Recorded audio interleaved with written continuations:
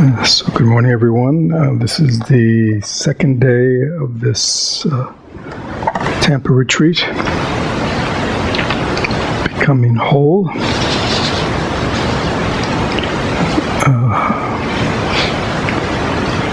Yesterday, when we spoke, it was quite warm, quite wonderful outside.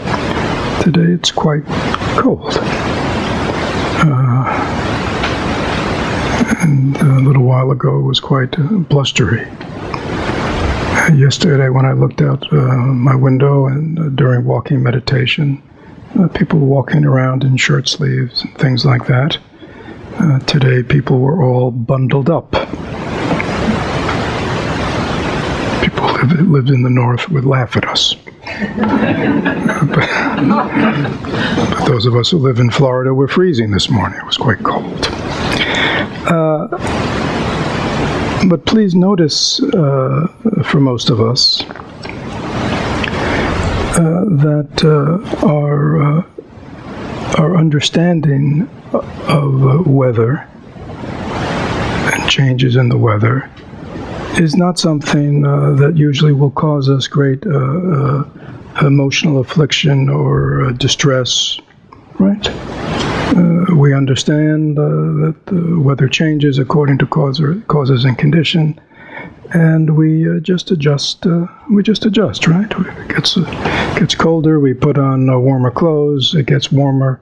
We put on colder clothes. It's hot and humid. We turn on the AC. It's cool and dry. We turn on the heat. Right? Quite simple, isn't it? It's not a great matter of emotional distress or suffering to us. Because again, we have understanding and we have intelligence, and we simply respond to the changes in causes and conditions. Is that clear? Well, let me let you in on a secret. That's all that's happening in life. The trouble is, when it comes to life, we have what is called in Buddhism ignorance. We don't really understand. We are ignorant of what's really going on. Because we are ignorant about what's going on, because we are confused by the changes of life, we often, rather than responding appropriately with intelligence, we react from our confusion, from our misperception. Right? And therefore, we find that our minds, our ordinary minds in everyday life, is not a settled mind, is not a peaceful mind.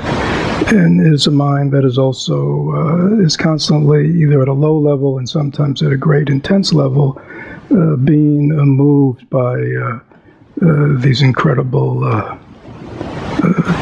waves of emotionality. Right. Hopefully, you were able, even though it was colder this morning, hopefully you weren't moved by waves of emotionality. And you were able to move about even though it was much colder and you were wearing more clothes. You were peaceful. You were calm. Still able to notice the beauty around you. Please, I point that out just so you will notice that.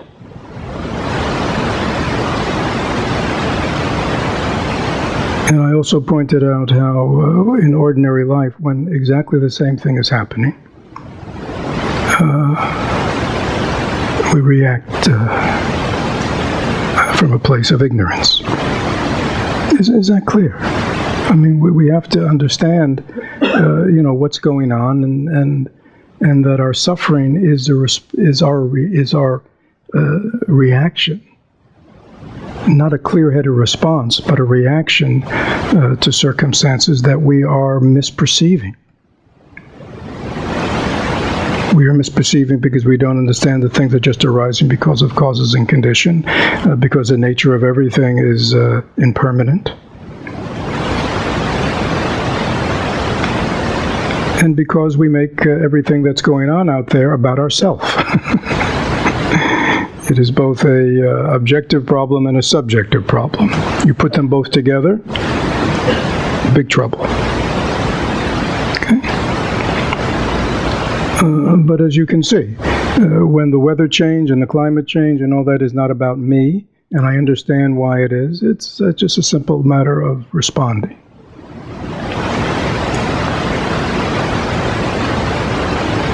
I hope nobody this morning thought, I wonder what I've done to change the weather today.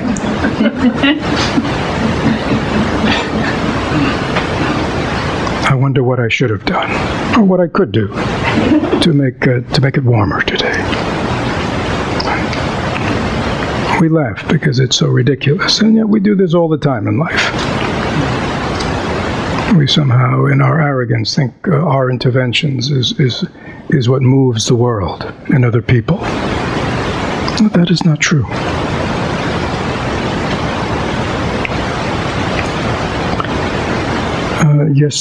Last night in our meditation, you were given fairly detailed instructions about natural wakefulness and how to apply it in a mindful way in your meditation, and your sitting, and your walking.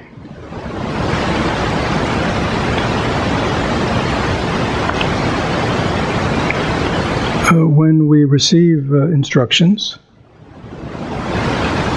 if they're going to have any benefit to us, they must be practiced, or else they will be of no benefit. If we go to our piano lesson, and our teacher gives us a piece to practice, demonstrates how to play it, listens to us play it and corrects us, right? And then we leave the lesson, right? If we don't practice it all week, it was of no benefit to us at all, was it? Or maybe just a little benefit, right? The teacher has shown us how it sounds, and has shown us how to strike the notes, and perhaps has corrected us when we've hit the wrong notes. But really, that's all the teacher can do, can't he, or she? After that, we have to practice. If we don't practice, we will never learn the piece. It's really as simple as that. Again, it's sort of what I said yesterday. We're over here wondering why I have these problems here, when the answer is quite simple, right? If you may wonder why, your piano playing has not progressed, and maybe because you don't practice, you don't follow your piano teacher's instruction. You're not diligent. Why maybe aren't you diligent? Maybe you're not really that enthusiastic about learning how to play the piano. Well, that could be, right? Maybe we're not diligent enough in our meditative practice, our Dharma practice, because in truth, it's something that sounds good, right? I mean, there's something about a spiritual path and awakening that really sounds good, right? Having a calm, peaceful mind and open heart certainly sounds good to go through one's day with ease, but we're not really sold on it, truthfully. We really haven't bought in. So therefore, we don't really put a lot of energy into it. We easily forget. The same way, if I really didn't care that much about learning to play piano, I would certainly find many reasons not to practice. Many of us can remember our childhood and know exactly what I'm talking about, right? Sort of practicing was low on our priority list. It might have been high on our parents, but it definitely was low on ours. And we could always find reasons not to practice. And even when we practiced, it really was kind of half-heartedly. This is often the case in our Dharma practice, our meditation practice, and then we wonder why it's kind of weak. It kind of flickers. Again, the answer may be over here. What really is my aspiration? We say, my aspiration is to be a bodhisattva, right? Everybody here know what a bodhisattva is? I know there's some new people. Anybody not know what a bodhisattva is? So we might say, oh, so wonderful, right? To be a bodhisattva, right? To really understand that the purpose of life is to awaken. Why to awaken? So we can really be of benefit to others. So I can free myself of my own suffering and all sentient beings, everybody I love, this whole human family. I really want to be of benefit to them. Right? They're floundering as much as I am. If I can learn how to swim, I don't want to just only take care of myself. That's the Arhat path. I just don't want to learn to swim for myself. I want to learn to swim, but I want to help all these other people who are floundering around in the, in the deep end. I want to help them learn how to float and swim.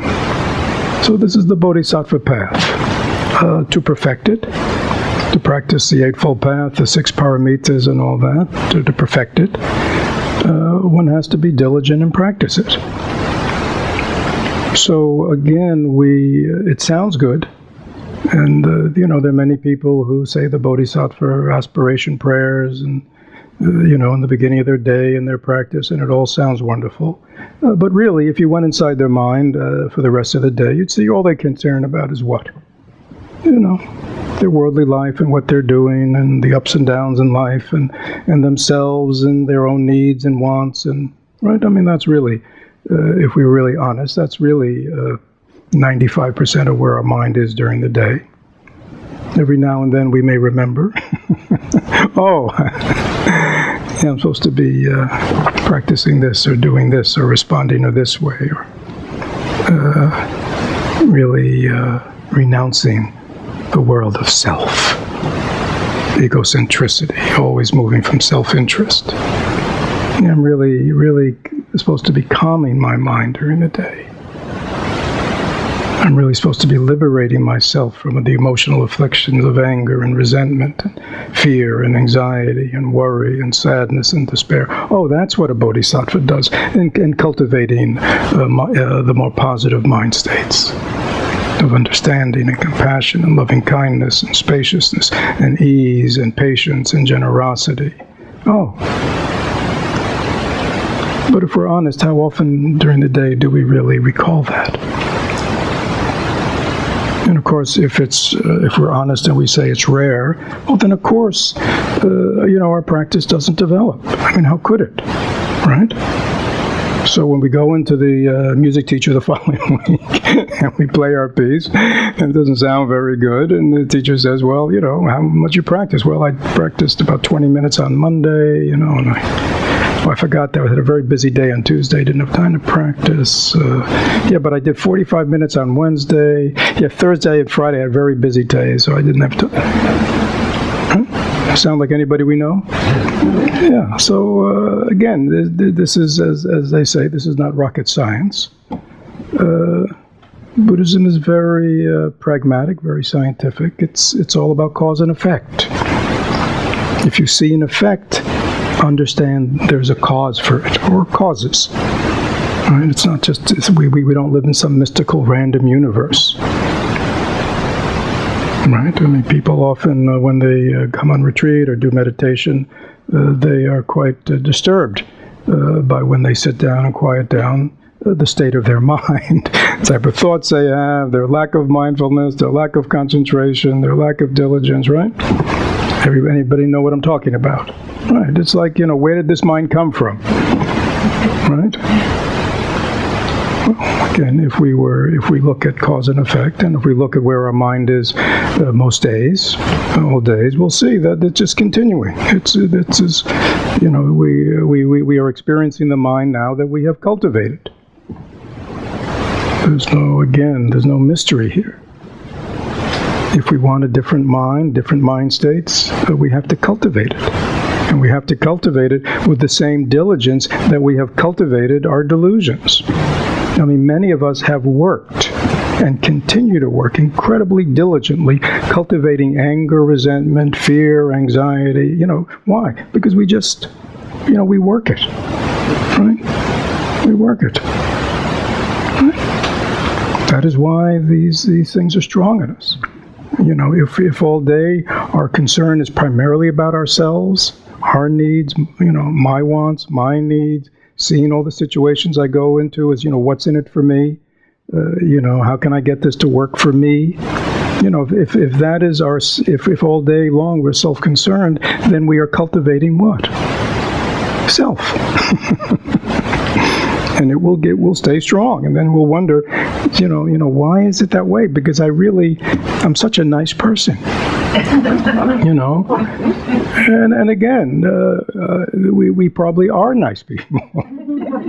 That is our intention. But unfortunately, if you again are very precisely watching your mind during your day, you will see that's not often where our mind is and what we're cultivating.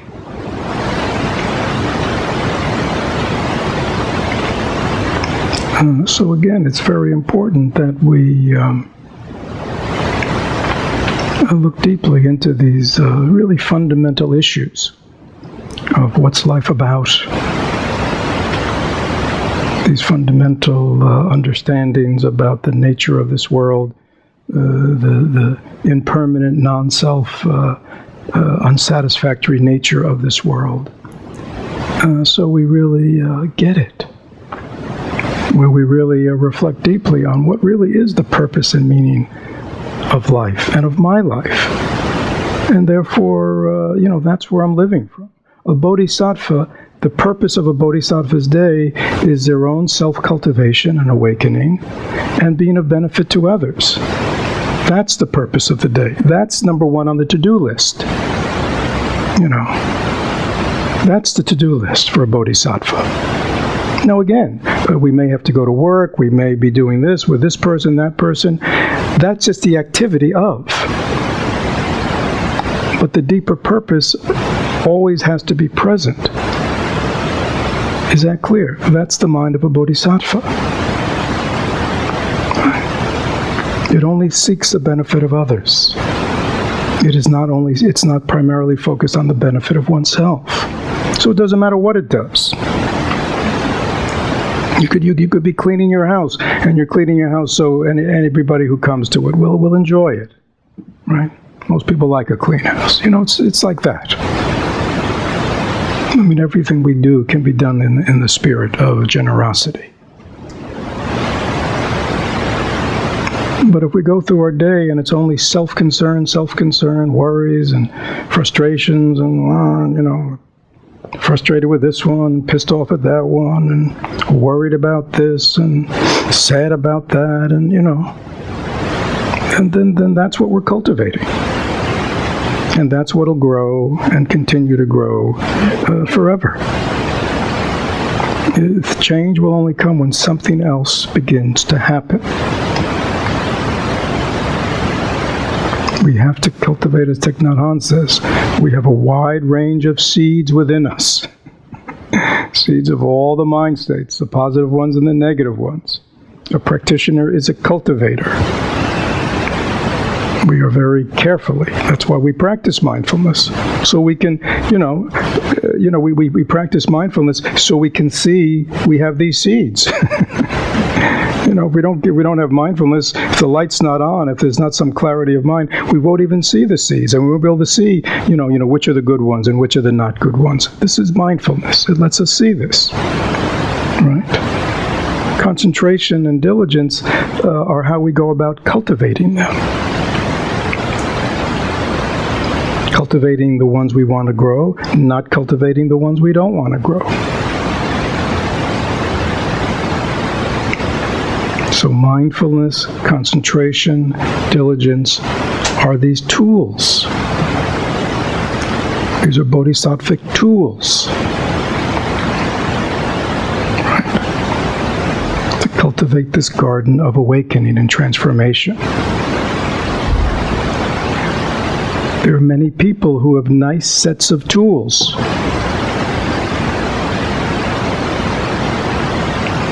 And if you see tools that are pristine, very clean, you know they're probably not being used much.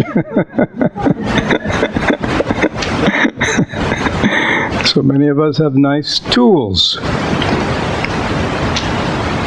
They look quite nice on the shelf. And yet we don't use them very much. Our Dharma tools should be well used.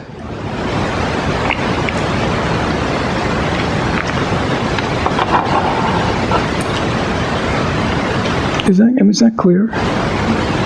I mean, it's really simple. I mean, this is, and we all understand this.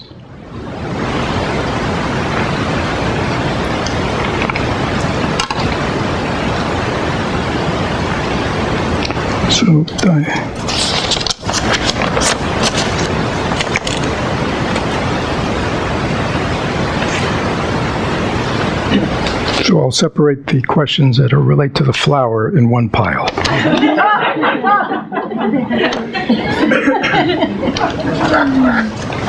Very interesting. This is a different flower than yesterday.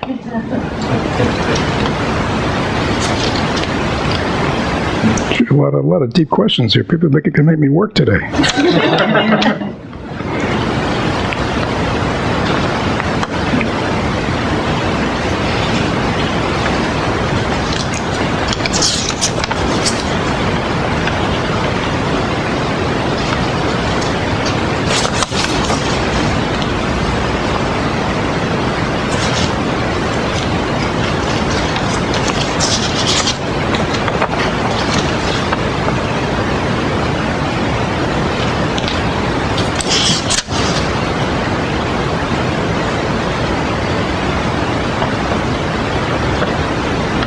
These are all good questions. Well, thank you. I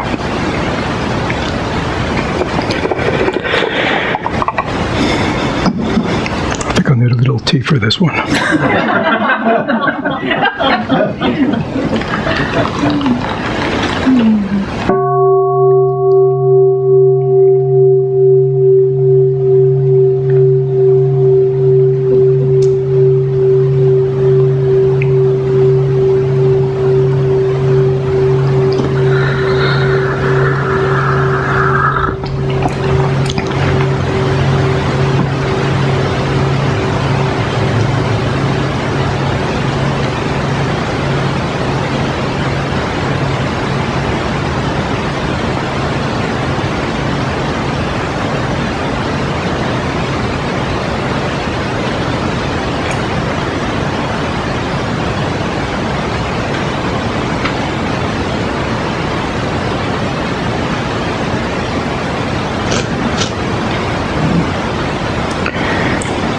So we'll begin here.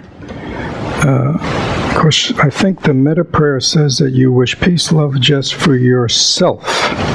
Oh, it is a self question. Maybe I put it in the wrong pile. Well, actually, there are a lot of self questions. Flowers, self. Well, let's keep the self ones here, the flower ones here. And these are about emptiness and non-duality, so these are...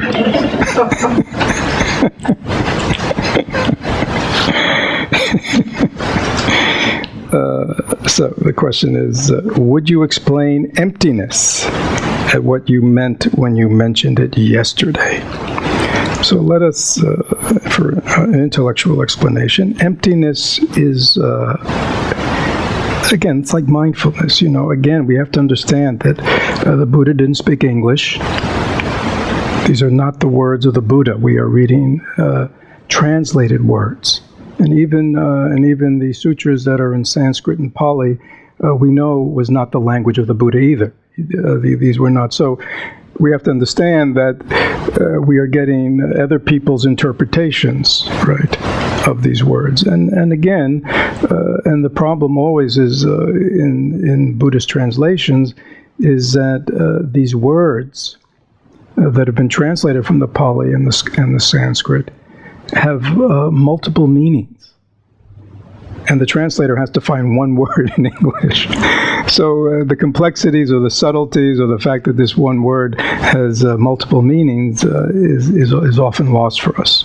So that actually why, let's say for mindfulness, which is a translation of the of smriti, right? Again, and I'm not a linguist, but in my understanding of it, being in the present is only one meaning. It also has the meaning of recognition, recollecting, remembering. It's a whole kind of range, which really means that the mind is present to something. So it implies wakefulness, right? But also implies not only that you know where you are, but you know it not just. I could know this just. I could know this just as an experience of taste, but I also, on the one hand, would know whether it was tea or coffee, right? And if I don't drink coffee, then I would know to go get some coffee. You see what I'm saying? It's a mindfulness that not only reveals what's going on, but it's also a mindfulness that allows us to remember and recollect. Oh, I don't drink coffee. I drink tea. A negative mind state has arisen. Let me cultivate loving kindness. You see what I'm saying? There's that quality of some very basic kind of remembering and recollection. I'm just using that for example. Okay, so then there is this word shunyata. People know shunyata. This is a very like in the Prajnaparamita this morning, right? I mean, this is about shunyata. Prajna, this type of special, profound wisdom that is found in the Prajnaparamita sutras, of which the Heart Sutra is the smallest. I mean, there are many or several paramitas, and the longest one is 100,000 slokas. So this is the shortest. There are 6,000, 10,000, 20,000. So there's a whole body of wisdom literature. But this wisdom that is referred to is the wisdom of emptiness, shunyata. Now, emptiness, unfortunately, I think is a poorly chosen word. I don't know what else I would choose, but only because in English, when we hear the word emptiness, it means to us what? Absence. Right. So immediately goes void. Like there's nothing there. Right. And so we think, how can this flower be empty? Right? I mean, there's something there. There is a flower there. What is that? It's very confusing. We think emptiness is like empty space. Is that what it means? No, that's not what it means. Shunyata means things are empty of. Empty of. What is it? What are things empty of? Self. Identity. Permanence. All these phenomena are really empty, even though they appear. You notice in the Heart Sutra it says form is emptiness, emptiness is form, form is no other than emptiness. It's really saying that the world appears in a certain way, and that is true. As Rosaria pointed out to us yesterday, I see a flower. Right, in the world of appearances, that certainly is true. Right? There is form. Right? These are all forms. Forms are seen by the eyes.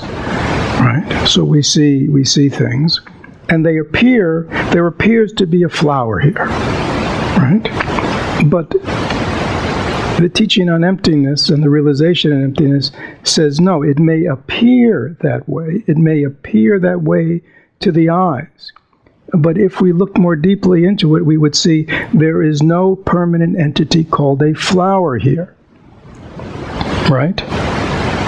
And as I described to you yesterday, if I took out this flower, and if I took all the petals off, and I took the stem off, and I took the pistil and the whole thing, and I laid it out, would you see something there called a flower?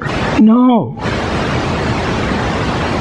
You would see the parts that have come together in the causes and conditions and have created this thing that we call a flower that only has a temporary existence. And there's no essence. It has no essence. It's not a thing. So I think one of the questions somebody said the same thing, is emptiness like nothing, right? That's what we go, it's nothing. No, it doesn't mean nothing. It means no thing.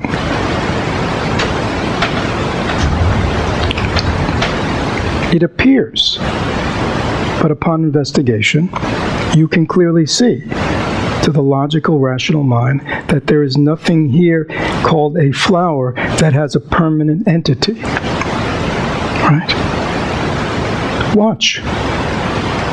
Right? Seed. Is the seed the flower? Would you call, if you went into the floral store and you said, I'd like a bouquet of daisies, and they gave you a packet of daisy seeds, what would you say, Charner? Not what I asked for. What? Not what I asked for. Not what you asked for. But they'd say, but hold on. Hold on a second here. Right? Right? Does the flower have a life separate from the seed? No.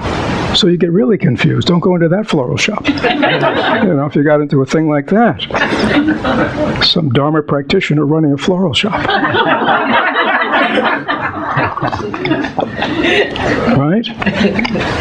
Or if you were buying flowers for somebody and you wanted them, blooming, but you wanted to bring pretty flowers, and they gave you something where the buds were still budded. You go, no, that's not what I want. But they say, well, that's a flower. Right? Or if you went in there and then the flowers in the shop were like 4 days old, they were giving you a discount. Right? Hey, why don't you buy these? Right? And you'd look at them and you go, they're wilted. Well, that's still a flower, isn't it? Okay.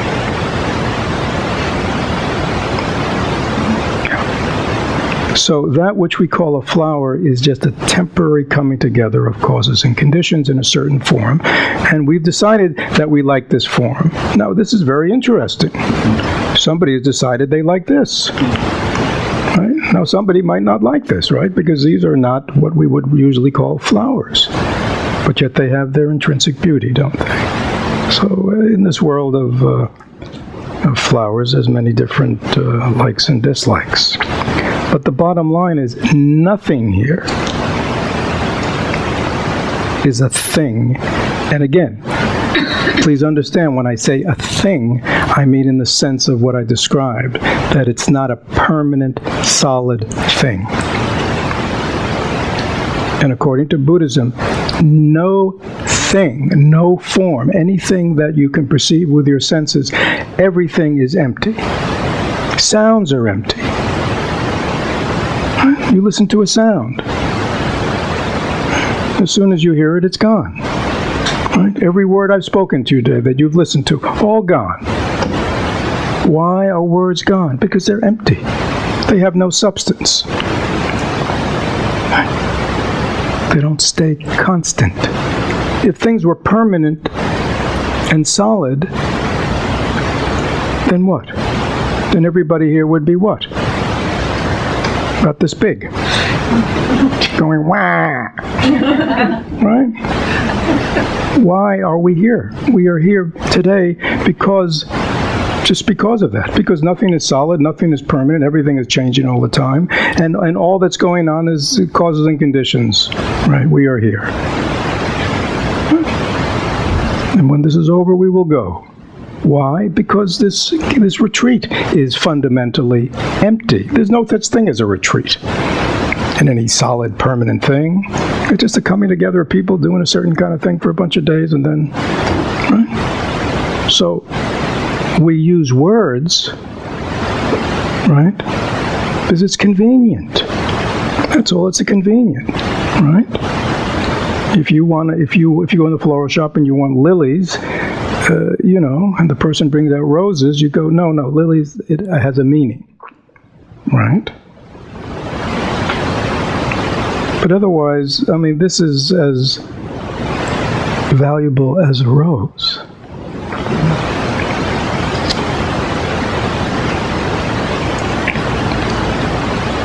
So, in Buddhism, and again, this is not just philosophical. Right? This is not philosophical. This gets to the core of happiness and suffering. Again, why was nobody freaked out by the cold weather today? And why did we just adjust to it and put on our warmer clothes and still walk about? Because we understood what? That weather, climate is essentially empty of any permanence. It changes. Right? We understood that, and therefore we were at ease. We have a little more trouble with life, where human beings are involved, don't we? Human beings are the same, right? So in the same way that you can take apart this so-called flower and put it into its parts, and you will not find a part that's called a flower, right?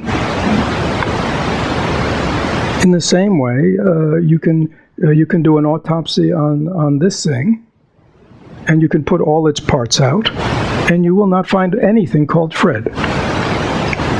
There is no Fred here.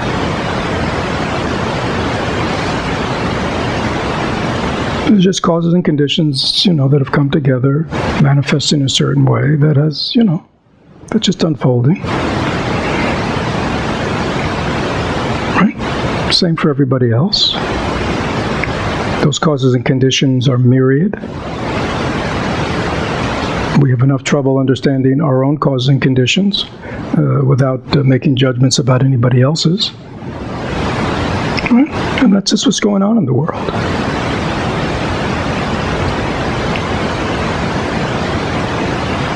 Now, why is it important to understand emptiness,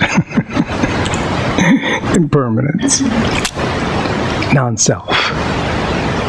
Because it's a game changer. It's a game changer. Because now you understand what's going on here. If nothing is self-existent, if everything is temporary and permanent in a constant sense of changing, then clinging to anything, having expectations about anything, right, attaching to anything, can only lead to suffering. Right?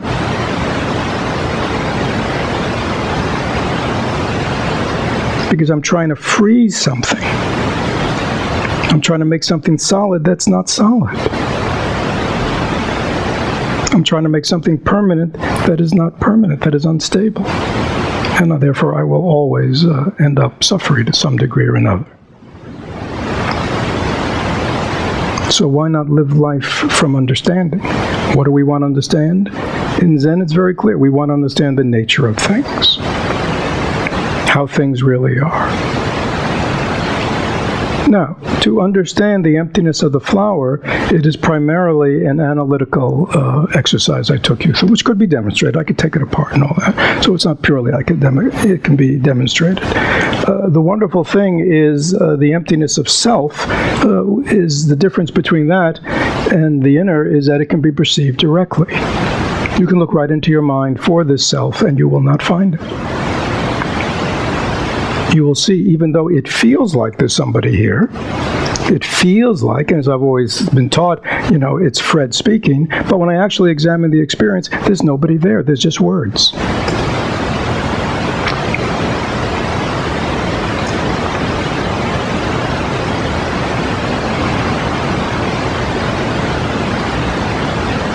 Right now you are listening to the words, right? Again, if I said to you, please go into that which is listening, and can you find the listener in your own mind, you will not be able to find her or him. All you'll be able to say at the end of the day is, there's listening that I know, but I cannot find a listener. Even though it feels like it, and I've always believed it, and people talk that way. In other words, that's how things appear. Buddhism accepts, form is emptiness, emptiness is form. Form is no other than emptiness, emptiness is no other form. Buddhism accepts that things appear a certain way, right? But it says if you look more deeply, you will see that things aren't always as they appear. It doesn't mean you can't enjoy the flower, right? As I've said before, I used to remember seeing years ago David Copperfield, the magician, right? And when he's up there in the cage on his motorcycle, and the lights go down, and 2 minutes later he appears right out here in the stage on his motorcycle, no longer in the cage. I, like everybody else, went, wow! Right? On the other hand, I do know it was not really magic. Right? But you can still appreciate it. Right? We can still appreciate the flower. We don't have to go, oh. It's not real. It's going to die. Just better not even deal with it. Just can be a source of suffering to me. Disappointment. Right? That's ignorance also. No, we can appreciate the flower as it is, and as it goes through its changes, it's fine too.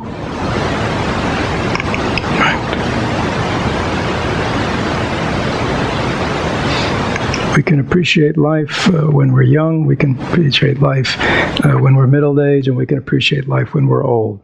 It's all the same. Just life. Fortunately, the mind, our true mind doesn't age. It is not subject to aging.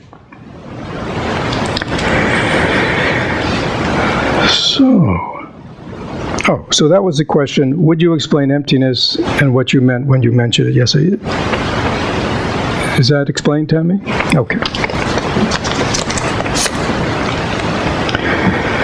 Now, a verse on trust in the mind. There was understanding in all of the statements of duality versus There was understanding in all the statements of duality versus non-duality. For the here there is no yesterday, no tomorrow. There is understanding. But why no today? Oh, I know. Why no today? So the last verse, no yesterday, no tomorrow, no today. The thought that the now of this minute is true. Yesterday and tomorrow is no longer real. Powerful reading. Where does it come from? Anyhow, the trust in the mind is ascribed to the third Zen patriarch, Chinese Zen patriarch. First there was Bodhidharma, right? Bodhidharma, who is actually Indian, who is in the history, mythology, or whatever, of Zen, brought these teachings of directly looking into the mind and meditation. He's the Indian who brought them from southern India, who brought them to China. He had his first disciple, and then the disciple after that. The verses on the faith, trust in the mind, are said to be written by him. There's really not much known about him at all. So, but it's a very much loved poem, a practice poem in the Zen tradition. So the question is, okay, I get no yesterday, I get no tomorrow, there's no past, there's no future, but isn't there a present, right? Isn't this all about living in the present moment, right? I can see somebody's getting, hey, have I been sold a bill of goods here?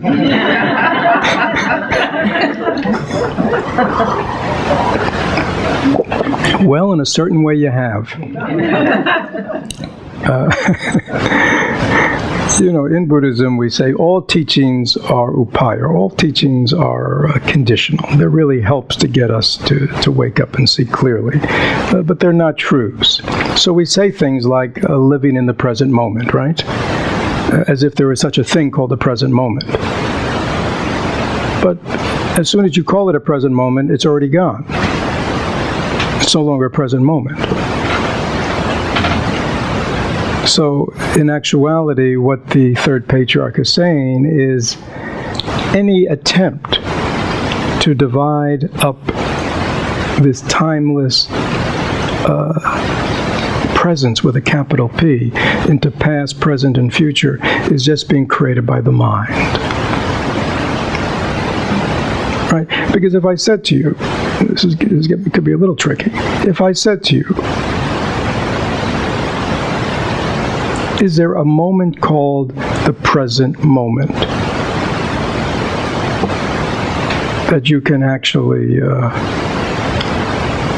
delineate? I mean, is this a present moment? I guess this is called a present moment. Yeah. Right.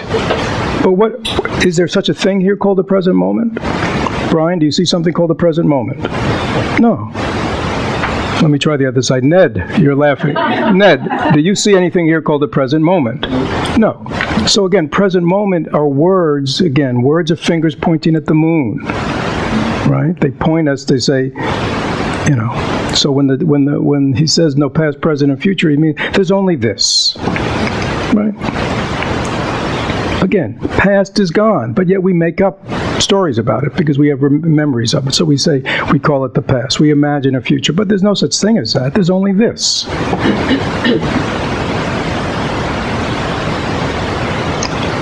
Right?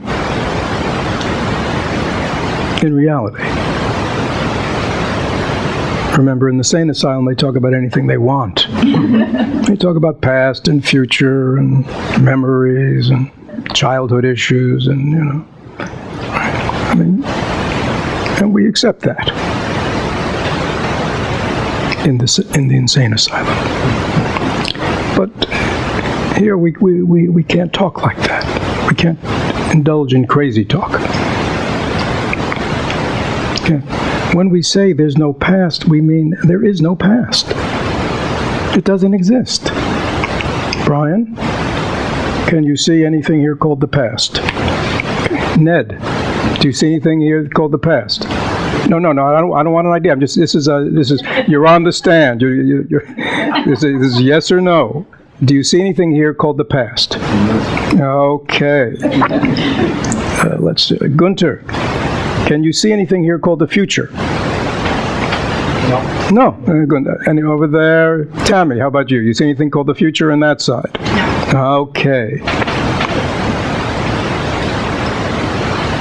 Beth, do you see anything called the present? No. There's just this. And what Zen, Dzogchen, all these things are trying to get us to see that this is where life is occurring. And you don't need to call it anything. As soon as you call it something, you have reified or boxed in something that is, is beyond all categorization. It's just this.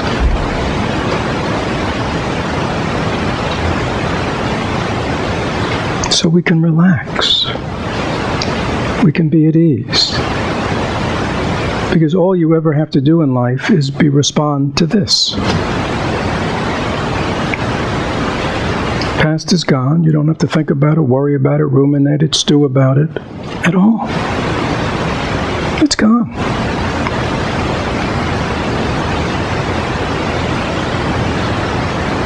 Right?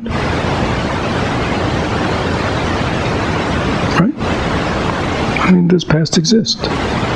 Other than just an imaginary thing that our mind fabricates. Does the past exist in any real way? Does anybody here believe past exists?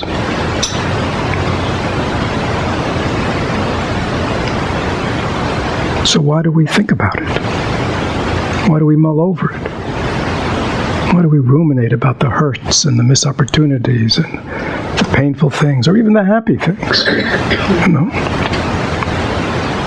If we have to be happy by thinking about past happy events, or if we have to be happy by imaginary future happy events, then there's something wrong with our present, isn't there?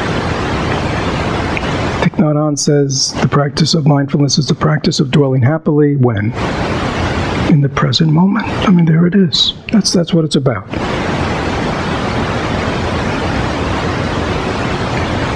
If you had some happy moments in the past, wonderful. If you have some happy moments in the future, wonderful. But that's all imaginary. If you want to be a happy human being, then we have to learn how to be happy now.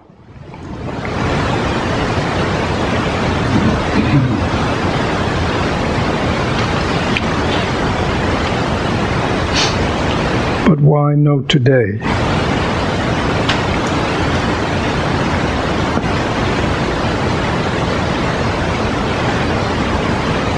So as soon as you think to yourself, see, again, like if you say to yourself, I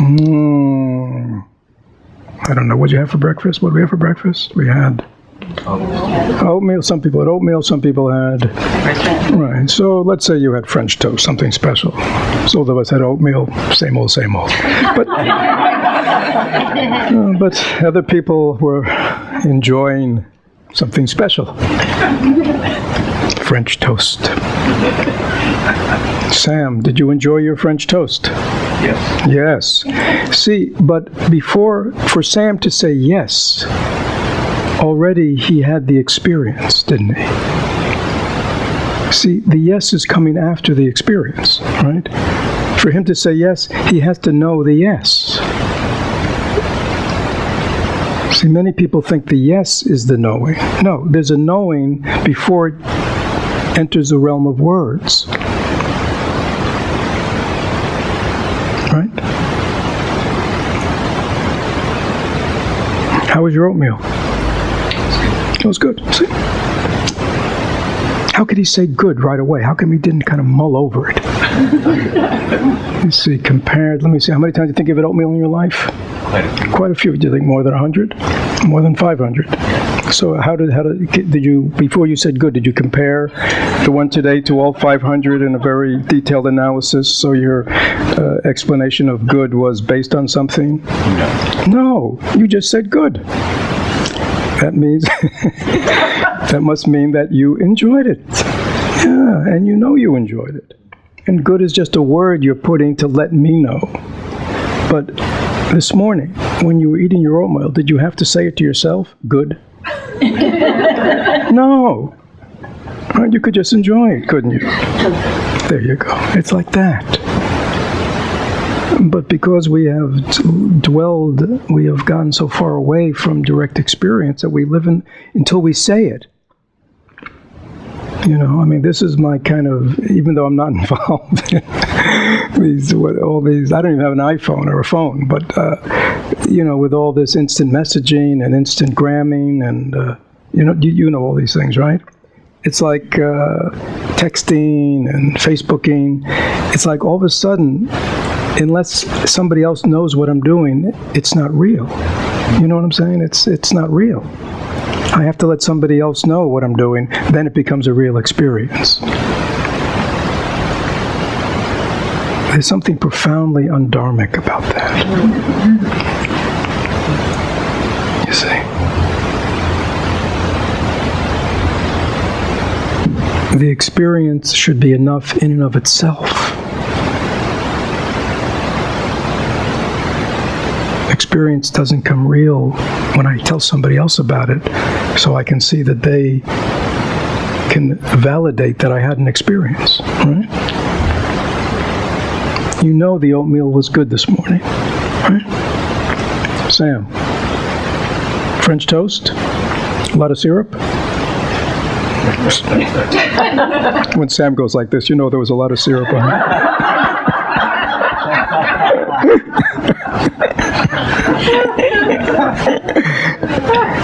Right? Yeah, swimming in it. Okay.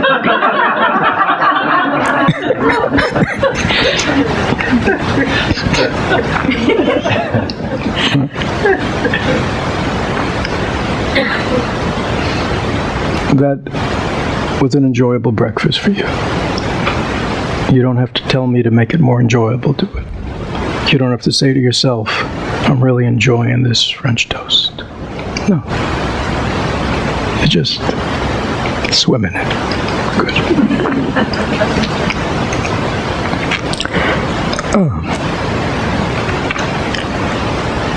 Looking at the flowers. Well, this I think is from yesterday. Please clarify the difference between nothing and the entire universe. If nothing is the bottom line. Again, is that clear? That when I say the word nothing, it means no thing. It doesn't mean like this is nothing, like this is disposable, or this is, you know what I'm saying? And this is, I mean, if you want to get into Madhyamika, this is why,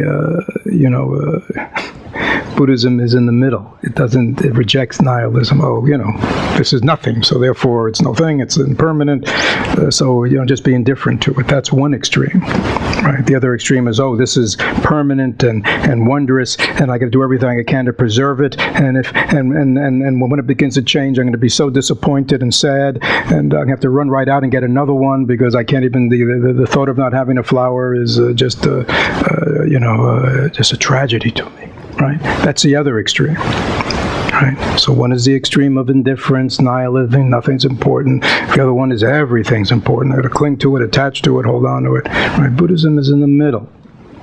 Right? The flower does have a relative temporary presence that I can respond to, that I can appreciate, that I can take care of it. But I understand its nature is to die. Right? And so therefore it doesn't cause any emotional affliction or any mental turmoil. Right? Just the way things are. Mind's at ease. Enjoy it while it's here. When I have to put it out in the compost, that's fine too.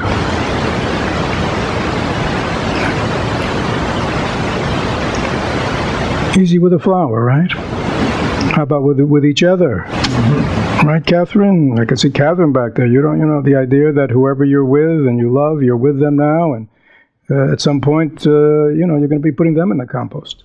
And that's just the way it is. And everything else we can add on. But that's just the truth, isn't it? And when we understand that that is the truth, that's not just Buddha's teaching. Right? I mean, this morning I was coming down the hall and I heard the 5 remembrances. The 5 remembrances are not Buddha's teaching. They're not Buddhist catechism. You know what I mean? It's just statements about reality. I mean, that's what it is. It's like, like the Dalai Lama says. I mean, somebody asked him a question I saw somewhere, about science and Buddhism, right? And said, well, if science, discovered that some basic principle of Buddhism was not correct, what would you do?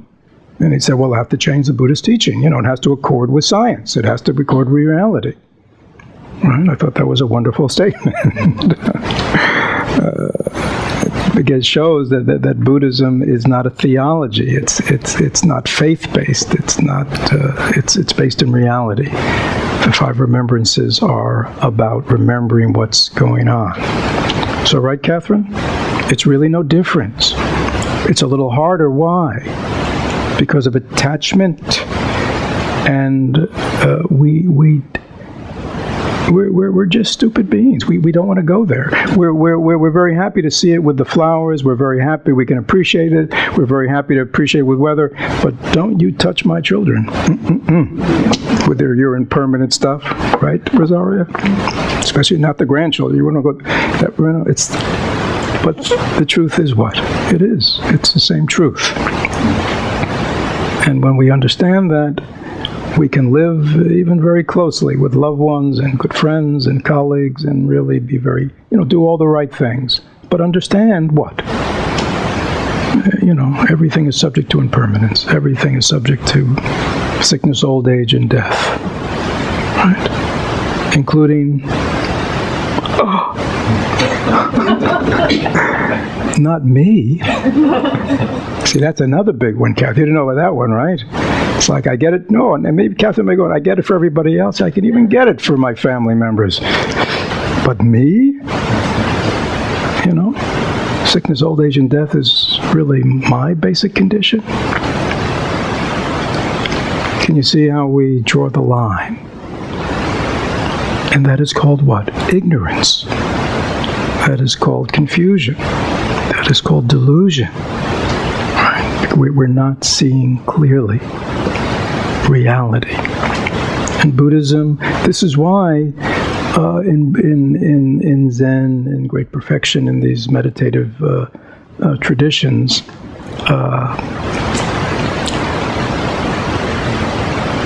they're not faith-based. The primary practice is not prayer and petition, right? Right? Or study of theology. I mean, the primary practice is what? Mindfulness, you know.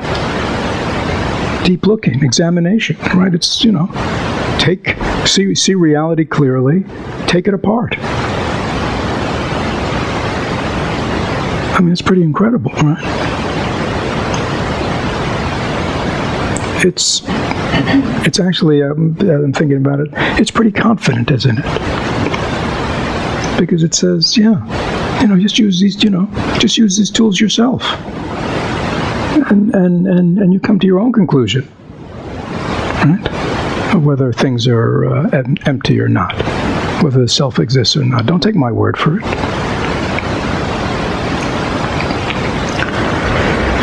Okay. Another question about the flower. I think I'll have a little more tea.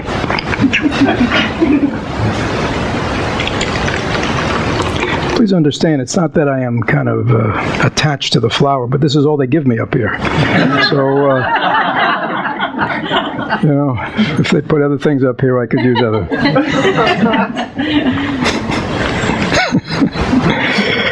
All right. We are taught that the flower is empty of a separate existence because it is made up of the earth, the clouds, the sun, water. A great example of interbeing. But what is it that brings all these particular elements together in specific combination, or perhaps pull them into each other at a certain spot and keeps all this, we call a flower, together for a while? Again, that is what is known in Buddhism as cause and effect. Karma, causes and conditions. And that's it. In Buddhism, there is no higher power overseeing the unfolding of things. There's no great one mind. There are no demigods. Right? There is just this operating principle of cause and effect. This flower is a result of causes. Right? Primary cause is what? The seed. Primary cause for the seed was the prior plant. Secondary causes and conditions, you know, are earth. Because again, the seed without earth, without water, without the right light conditions, perhaps some fertilizer, will not come into fruition. When all those conditions are present, we get, voila, this. It is simply a product of causes and conditions. In the same way, we are no different. Primary cause is what? Egg and semen, right? Remember science? Egg and semen, right? Cause of egg and semen coming together? Well, mommy, daddy, right? Even though that's changing now. But before all the fertilization techniques, it was mommy, daddy coming together, right? Mommy, daddy come together, sperm finds egg. Now, Buddhism says something else, but we'll just leave it at that.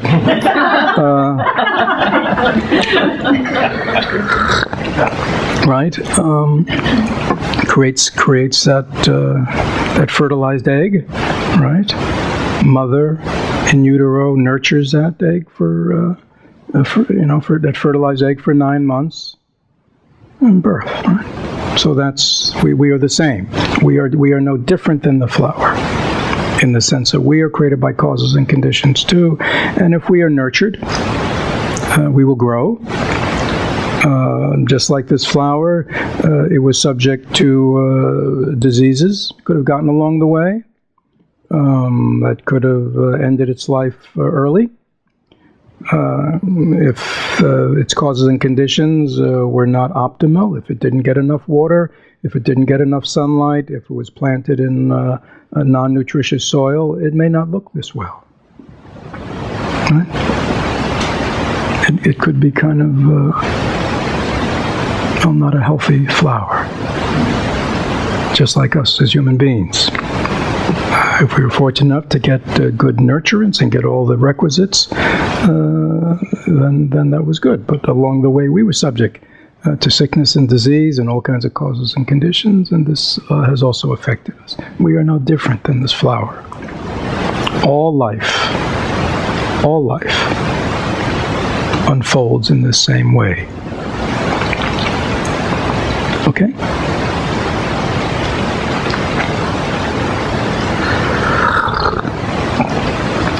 I think the metta prayer, this is another one. I think the metta prayer says that you wish peace, love, first for yourself. Somebody's trying to catch me here. Self is underlined. Then for others. How does that fit in with the concept of no self? Good question. So again, we begin where we are, right? And for most of us, that begins with a self that we think is real, and that a self that perhaps we have not cared for well, that we have not been very kind to, have not done the best for. And so therefore, in practice, we have to begin offering friendship to ourselves. Again, it's an expediency, that's all. We talk this way. Again, just because we all know that this is really not a flower, we can still refer to this as a flower. But we understand that there's no real thing there called a flower that's permanent, solid, self-existent. But we call this a flower. So we can call, I can call that Ginny. I can call that Lindsay. You can call this Fred. At the same time, understanding there's no real permanent self-existent thing called Ginny or Lindsay or Fred. So in the same way, we can refer to this combination of body and all these attributes of mind and everything and call that a self.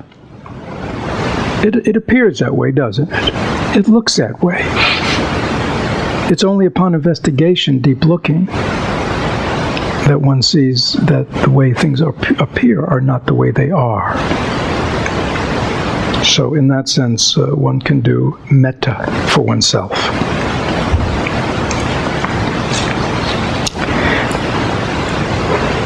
You said to work on, quote unquote, to work on what comes up for you. But how do you do this without thinking? So, again, thought for many people has been given a bad rap. Thought is just thought. Okay? Thought is just, it's kind of an emerging, it's like our undefiled mind, our unconditioned mind manifests. It can be seen, it shows itself often in thought. The rays of the sun come from the sun. They are a manifestation of the sun. They are the active principle of the sun. But they have no life separate from the sun. Okay? So we have thoughts. Thoughts are basically words that describe objects that appear to our senses. So all the things we see, we give a label to, right? The sounds we hear, we give a label to, right? All the senses we give label to, as well as various types of mental, emotional experiences we give labels to, right?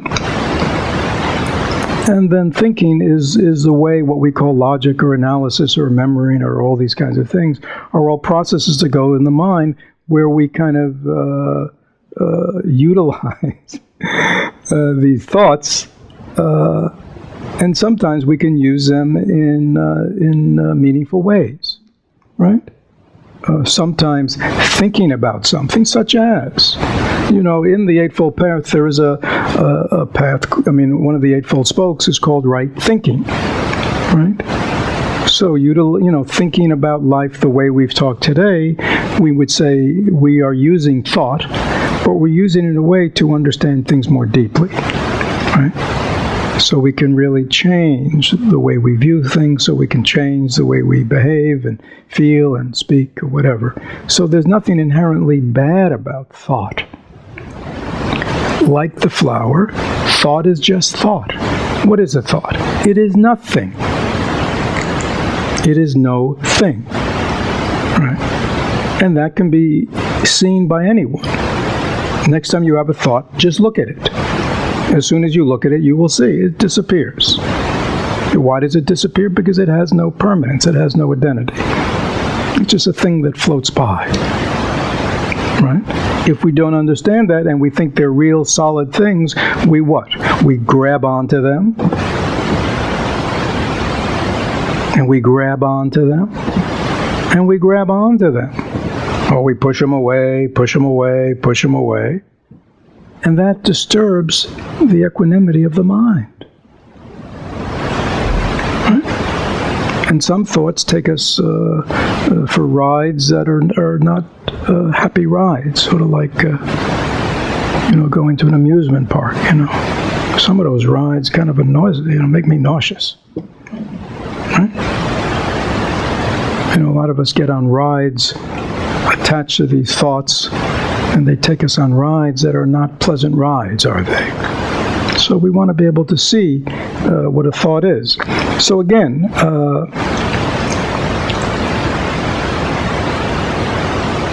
as for the question, this is the next question. What is this one?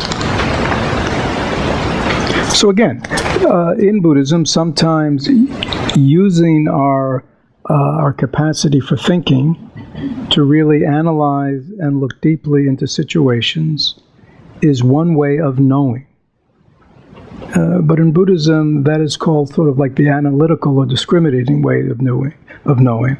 Direct knowing, which is non-analytical, which is direct perception, is something different and considered deeper and more liberating. But kind of using one's discriminating mind to see and understand things as they really are and have a correct view or perception is good. Right? So to see things, to see phenomena as inherently empty of self, to see everything that arising as inherently impermanent and it's only being driven by causes and conditions is a good conceptual view. Why? Because it's congruent with reality. It's the way things are.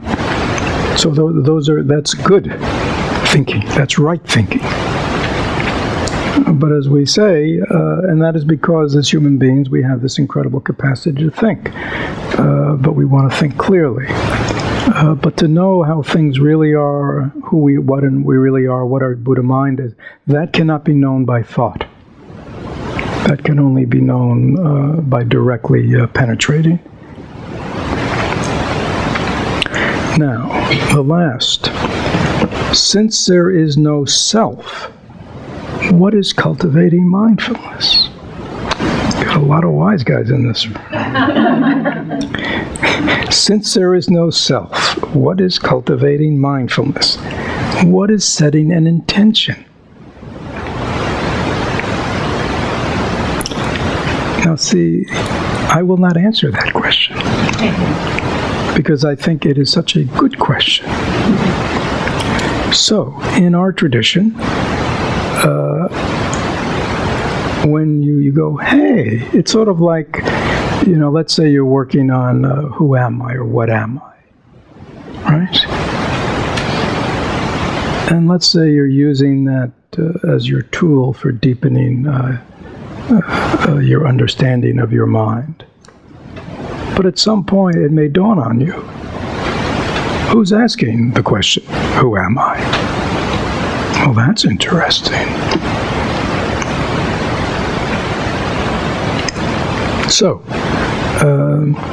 the question is, I really want to be diligent and cultivate mindfulness. Who said that? Huh? Who said that? I have this intention to awaken. Who said that? Right? Very interesting. And yet, obviously, it appears like somebody said it, right? So it's worth investigating. It's worth using our mindfulness, our concentration. Concentration, again, mindfulness is the light. Concentration steadies the light. These are good questions. Who's asking the question? Well, to investigate that, I got to shine the light and hold it there. So I can look and see, is there somebody back there asking the question? Who wants to wake up? Who wants to be free of suffering? Somebody told me there was no self, but there seems to be something, right? Very interesting. But luckily, your investigation, you don't have to go anywhere. You just look into your own mind for that answer. So these are good questions.